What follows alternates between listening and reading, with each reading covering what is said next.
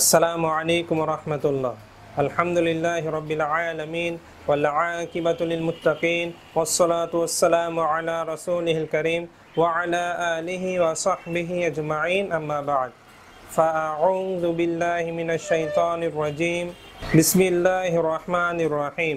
ইয়া আইয়ুহাল্লাযীনা আমানু যকুরুল্লাহা যিকরান কাসীরা।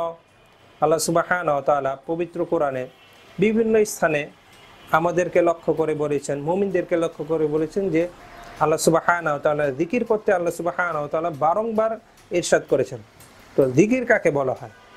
জিকির একটি আরবি শব্দ যার শাব্দিক অর্থ স্মরণ করা, আর শরীয়তের পরিভাষা বলা হয় আল্লাহ সুবহানাহু ওয়া তাআলার ধ্যান খেয়াল, আল্লাহ সুবহানাহু ওয়া তাআলার বরত্ব, আল্লাহ সুবহানাহু ওয়া তাআলার মাহাত্ম্য অন্তরে সৃষ্টি করা এবং মুখে তা বারংবার উচ্চারণ করা, বারবার পাঠ করা। তাই আজকে আমরা ইনশাআল্লাহ তাআলা জানার চেষ্টা করব এমন কিছু জিকির সম্পর্কে যে জিকিরগুলো করতে অত্যন্ত সহজ, কিন্তু এর সওয়াব অনেক বেশি। তাই আসুন আমরা শুরুতে হাদিস থেকে জানার চেষ্টা করি এমন কিছু জিকিরের কথা যে জিকিরগুলো করতে সহজ এবং আমলের পরিমাণ অনেক বেশি। আসুন আমরা শুরুতে হাদিসের আরবি বিবরণ শুনে নিই।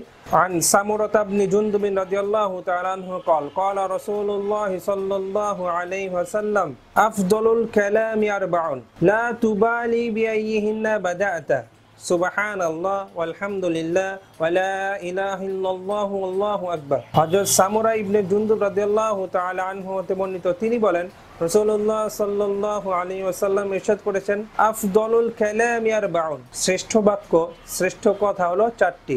লা তুবালি বিআইয়িহিন্না বাদাতা, যে এই চারটি যে বাক্য রয়েছে এটির যে কোনো একটি দ্বারা শুরু করাতে কোনো ক্ষতি নেই। সেই চারটি বাক্য হলো সুবহানাল্লাহ আলহামদুলিল্লাহ ওয়ালা ইলাহা ইল্লাল্লাহ আল্লাহু আকবার।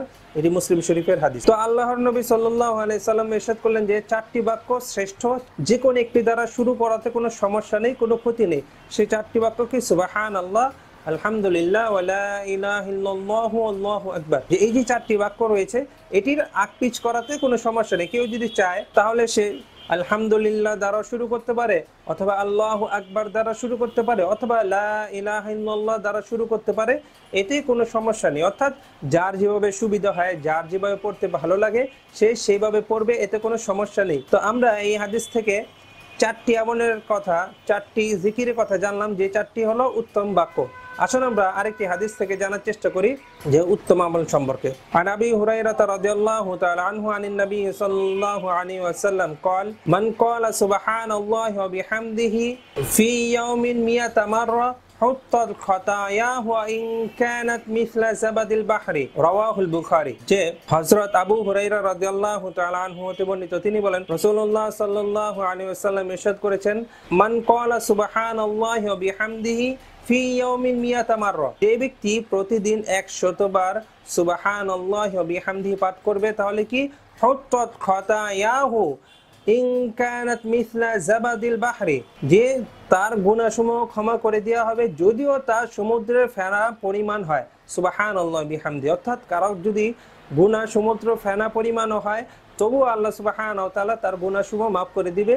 এটি বুখারী শরীফের হাদিস, হাদিস নাম্বার 6405। তো আল্লাহ সুবহানাহু ওয়া তাআলা কত দয়ালু, কত মেহেরবান। কেউ যদি এই বাক্য অর্থাৎ সুবহানাল্লাহি বিহামদিহি প্রতিদিন 100 বার পাঠ করে তাহলে তার গুনাহসমূহ যদি সমুদ্র ফেনা পরিমাণও হয় তবু আল্লাহ সুবহানাহু ওয়া তাআলা ক্ষমা করে দিবেন। তো আমরা দুটি আমলের সম্পর্কে জানলাম, শুরুতে চারটি জিকির, এখন পেলাম আরেকটি জিকির। বুখারী শরীফের আরেকটি হাদিস রয়েছে, যে হাদিসটি অত্যন্ত ফজিলতপূর্ণ একটি জিকিরের কথা বর্ণিত রয়েছে, যে জিকিরটি করতে অত্যন্ত সহজ কিন্তু মিজানে পারলে অনেক ভারী। আসুন আমরা সেটিও জানার চেষ্টা করি। আন আবি হুরায়রা রাদিয়াল্লাহু তাআলা আনহু আন্না রাসূলুল্লাহ সাল্লাল্লাহু আলাইহি ওয়াসাল্লাম قال كلمتان خفيفتان على اللسان ثقيلتان في الميزان حبيبتان إلى الرحمن সুবহানাল্লাহি ওয়া বিহামদিহি সুবহানাল্লাহিল আযীম রাওয়াহুল বুখারী।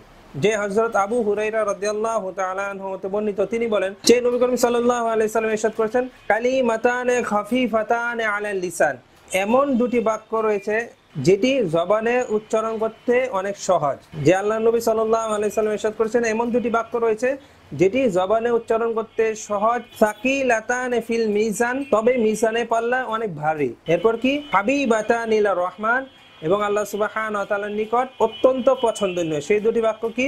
সুবহানাল্লাহি ওয়া বিহামদিহি সুবহানাল্লাহিল আযীম। সেই দুটি বাক্য হলো সুবহানাল্লাহি বিহামদিহি সুবহানাল্লাহিল আযীম। এটি বুখারী শরীফের হাদিস এবং বুখারীর সর্বশেষ এই হাদিসটি রয়েছে। তো আল্লাহর নবী সাল্লাল্লাহু আলাইহি ওয়াসাল্লাম আমাদেরকে অতি সহজ কিছু জিকিরের কথা বলে দিয়েছেন, যে জিকিরগুলো করলে সব অত্যাধিক সব অনেক সব মিলবে। এর মধ্যে প্রথম বাক্যে বলা হয়েছে, প্রথম হাদিসে বলা হয়েছে 4টি বাক্য, যেটি উত্তম। এটি এক নম্বর কি? সুবহানাল্লাহ, আলহামদুলিল্লাহ, ওয়া লা ইলাহা ইল্লাল্লাহ, আল্লাহু আকবার। এবং দ্বিতীয় হাদিসে বলা হয়েছে যে যদি কোনো ব্যক্তি প্রতিদিন 100 বার সুবহানাল্লাহি ওয়া বিহামদিহি পড়ে, তাহলে তার গুনাহসমূহ যদি সমুদ্র ফেনা সমপরিমাণ হয়, তবুও তাকে ক্ষমা করে দেওয়া হবে।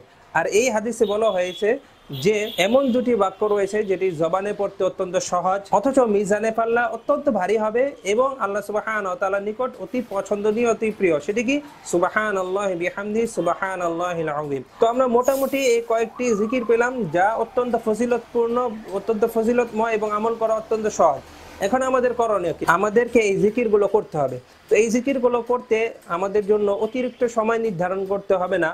আমরা চাইলে খুব অনায়াসে এই জিকিরগুলো আমাদের চলার পথে, অফিসে যাওয়ার পথে অথবা বিভিন্ন কাজকর্মে আমরা এই জিকিরগুলো করে ফেলতে পারি। যেভাবে আমরা উপরে উঠছি সেই সময় আমরা বললাম আল্লাহু আকবার, সুবহানাল্লাহ, আলহামদুলিল্লাহ, এই জিকিরগুলো করছি।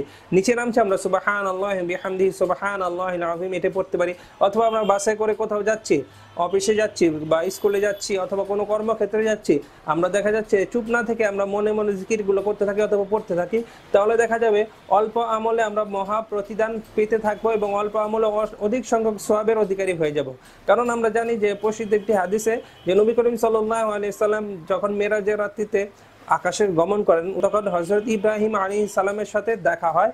তখন ইব্রাহিম আলাইহিস সালাম বলছেন যে আপনার উম্মতকে আমার সালাম দিবেন এবং বলবেন যে জান্নাতের জমিন বড়ই উর্বর, তবে এখানে কোনো গাছপালা নেই। এখানে গাছপালা কি? এই ধরনের জিকির আজকার, অর্থাৎ সুবহানাল্লাহ, আলহামদুলিল্লাহ, এগুলো যখনই পাঠ করা হবে তখন জান্নাতে আমাদের জন্য একটি বৃক্ষরোপণ করা হবে। তো আল্লাহ সুবহানাহু ওয়া তাআলা আমাদেরকে বেশি বেশি জিকির করার তৌফিক দান করুন। আল্লাহ সুবহানাহু ওয়া তাআলা আমাদেরকে সর্বদা জিকিরের মধ্যে থাকার তৌফিক দান করুন। আল্লাহ সুবহানাহু ওয়া তাআলা আমাদেরকে আমল করার তৌফিক দান করুন। আসসালামু আলাইকুম ওয়া রাহমাতুল্লাহি ওয়া বারাকাতুহু।